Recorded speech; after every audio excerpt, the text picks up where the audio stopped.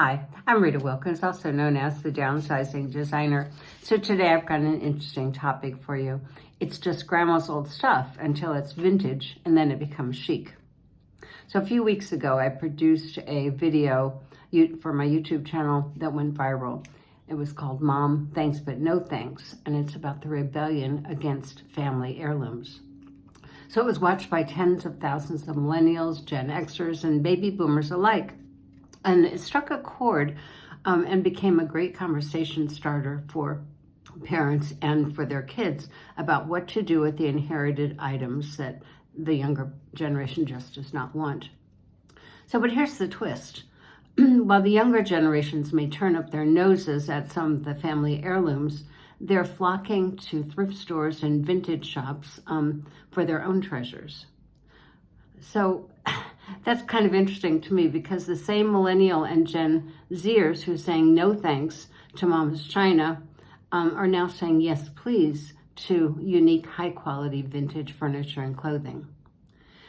So this second video of a series about how to deal with family heirlooms, I'm going to explore the surprising trend of younger generations and surprisingly some of the older generations who are embracing secondhand shopping. So everything from the fun of the hunt for the vintage pieces to the love of sustainable furniture and fashion, young adults are finding their inherent value in items that have a history and they tell a story. So, but just not the stories that for the pieces that were gathering dust in grandma or your mom and dad's attic. So let me dive into why New Age thrift shopping is booming and how the younger generations are redefining what it means to cherish the past. If your kids have told you that they don't want your stuff, you might still be reeling from their rejection of pieces that you loved, you used, and you cherished. And you were certain that when the time came, they too would value them as much as you did. But once you get over that hurt and rejection, you might try to understand the younger generations, why they don't value those pieces the same way that we have. In fact, they're vehemently challenging our more traditional views of heirlooms. So the older generation are both physically and emotionally challenged by what to do with the many things that we've accumulated for the past 30 or 40 years, along with all those other items that we inherited from our parents or from our grandparents. So in the past, the younger generation, meaning us, was excited to receive and preserve those family heirlooms, but not so for today's generation, who don't want to be the recipients of our stuff for a number of very valid reasons. So number one, they're living in smaller homes and they just don't have room for it. And they prefer a more minimalistic aesthetic, choosing to keep only what they love, what they need, and what they use. They don't want it filling up their basements. And they have different tastes in home furnishings than we do. So our big brown furniture just doesn't fit their life style or their own personal style. So, but don't worry, baby boomers, because they might have told you that they don't want our stuff. But the good news is somebody else does. So here's why. Thanks to Generation Z, the popularity of shopping in secondhand stores has gone mainstream. And that high demand for good used furniture and clothing is booming, and because of the sustainable alternative to fast furniture and fast fashion. So the popularity of secondhand stores, thrift stores, and consignment shops, both brick and mortar and online, reflect that seismic shift in consumer habits. It's a cultural shift towards high quality, affordable, and sustainable alternatives. And also evolving at the same time is the price sensitive shoppers of all ages turning to resale shops for affordable ways to furnish their homes, fill their closets, and also fight the soaring costs of inflation. So what does this mean for you? As you declutter your closet, your basement, your attic, and it's kind of comforting to know that your beloved treasures can find homes where they will be loved and they will be appreciated. So this is a beacon of hope that the history and the stories of your past will not end up in the landfill. So it's a win-win situation for all parties. So you might remember that widespread stigma toward used furniture and used clothing. So it's not so anymore. That stigma is quickly evaporating, and the attitudes towards prevention or preventing waste is growing across all generations. So according to a recent Pew Research study, during 2023, 42% of Gen Z, 39% of millennials shopped in secondhand stores, and 59% of them said that they would be shopping in secondhand stores in the future. So the younger generation highly value individuality, creativity, and sustainability.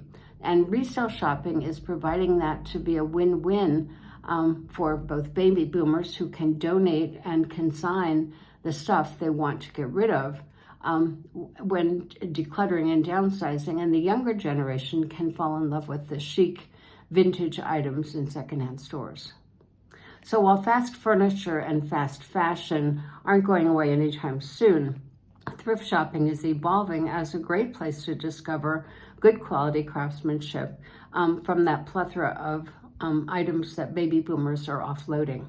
So the funny thing is that secondhand stores are quickly becoming popular among other generations as well, not just Gen X and Gen Y. So many of my baby boomer friends frequent vintage shops for one-of-a-kind items that are unique, in good condition, and are reasonably priced. And as an interior designer, if I'm working with a client on a second home or a vacation property, I found that I can get some real bargains in high-end designer furniture and furnishing stores, resale, that have just been gently used, but they could be a perfect fit for the project. And also many young people just starting out furnishing their first apartment find secondhand shops or online resale shops to be a good resource for them and for their needs. So with a good plan in hand and a shopping list in hand, a trip to a secondhand store could be a very affordable solution for them. And then also young families on a tight budget who are buying their first home, and they find that they need a lot of things. They go to secondhand stores. Keep in mind that secondhand shopping and resale shopping requires patience because the inventory is constantly changing. They may not have everything that you want and everything you need the first time around, but just keep trying. So I became a believer myself in resale shopping about 3 years ago when I had a few extra minutes, and I went in to check out a resale shop that I had passed many times, on my way to different places. And so I was amazed at the number of hidden gems I quickly discovered. And one of them actually became one of my all-time favorite winter coats, which was about a third of the cost of what I might have paid at retail. So consequently, I'm a little bit more frequent about going into resale shops myself. And because of that experience, my perspective on secondhand shopping changed. And I no longer think of it as used. Instead, I think of it as repurposing and giving it a new life. So if you're a baby boomer wanting to either donate your gently used items, or if you would rather make a few extra dollars in a consignment shop, consider doing some research in your local area to find stores that you would like to do business with them. And you can also do a Google search for stores in your area for online or resale stores. So bad news and good news. Your kids may not want your family treasures, but the good news is someone else might. So here's how to get started. There's a couple of fast tips and also just ideas that will help you get up to speed if you're getting started on repurposing your unwanted family heirlooms. The first one is definitions that you do need to know.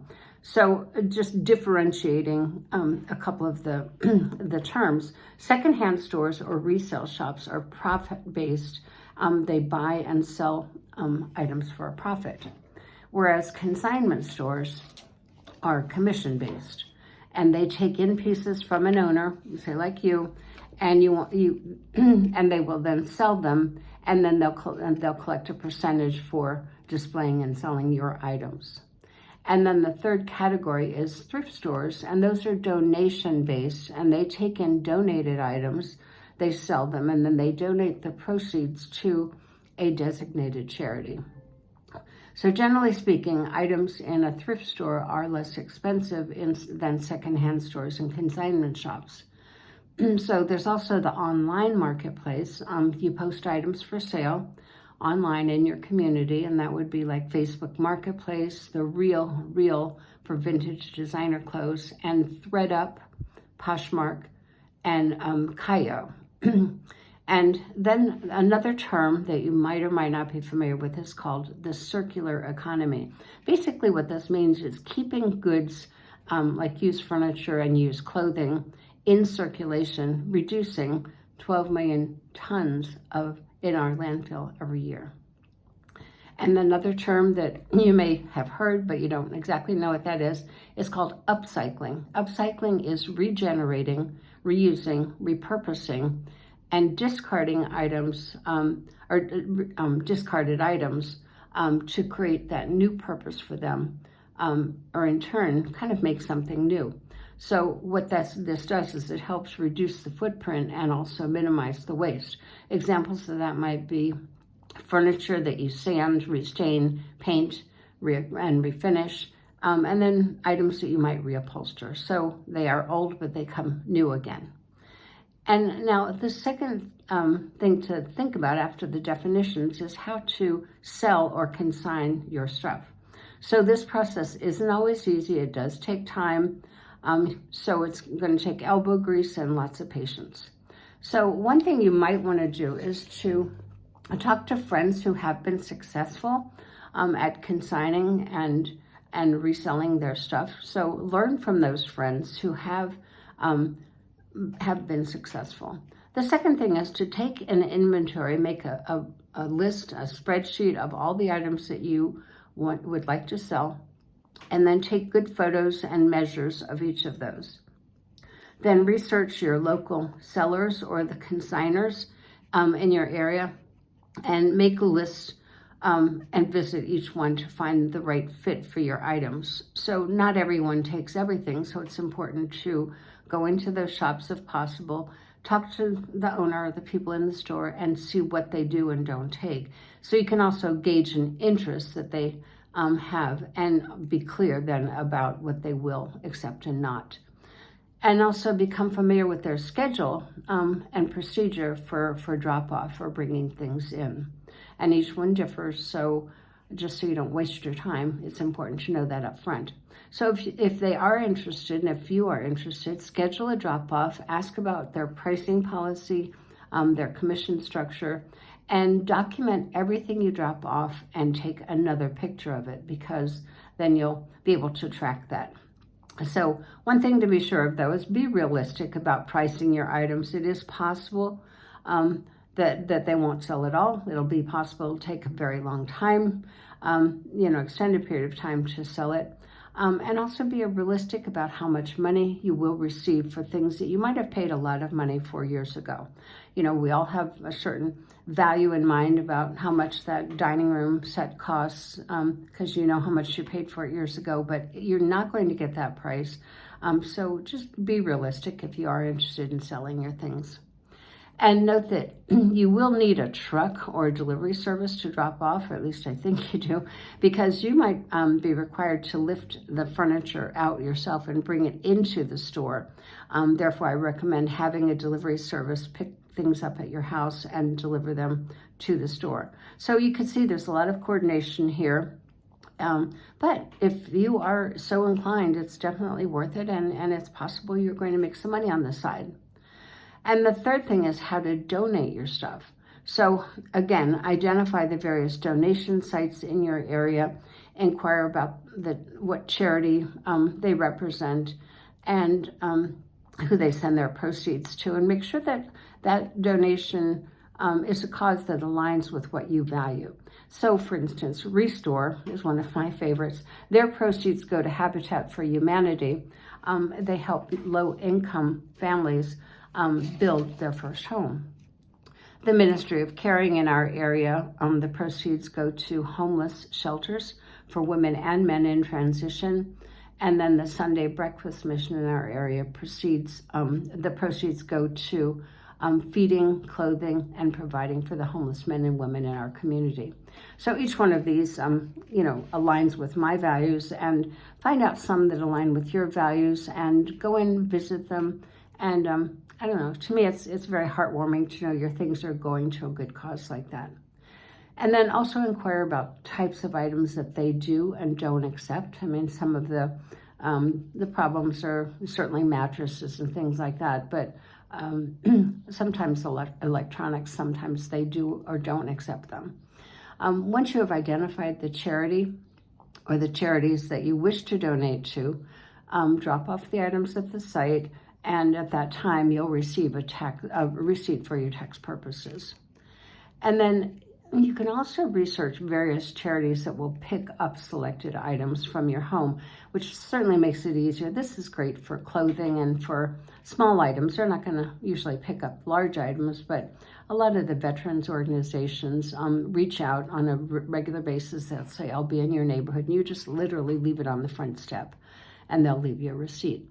So here's one final thought. So even though your kids may not want your stuff, isn't it comforting to know that someone, somewhere, who you don't even know, is going to be grateful to be sitting around your grandma's kitchen table with their family, making memories just like you did years ago? So I hope this helps. And I do hope you subscribe to my channel if you like this. I'd love to hear your comments. And I will have a number of other series on this same topic about how to get rid of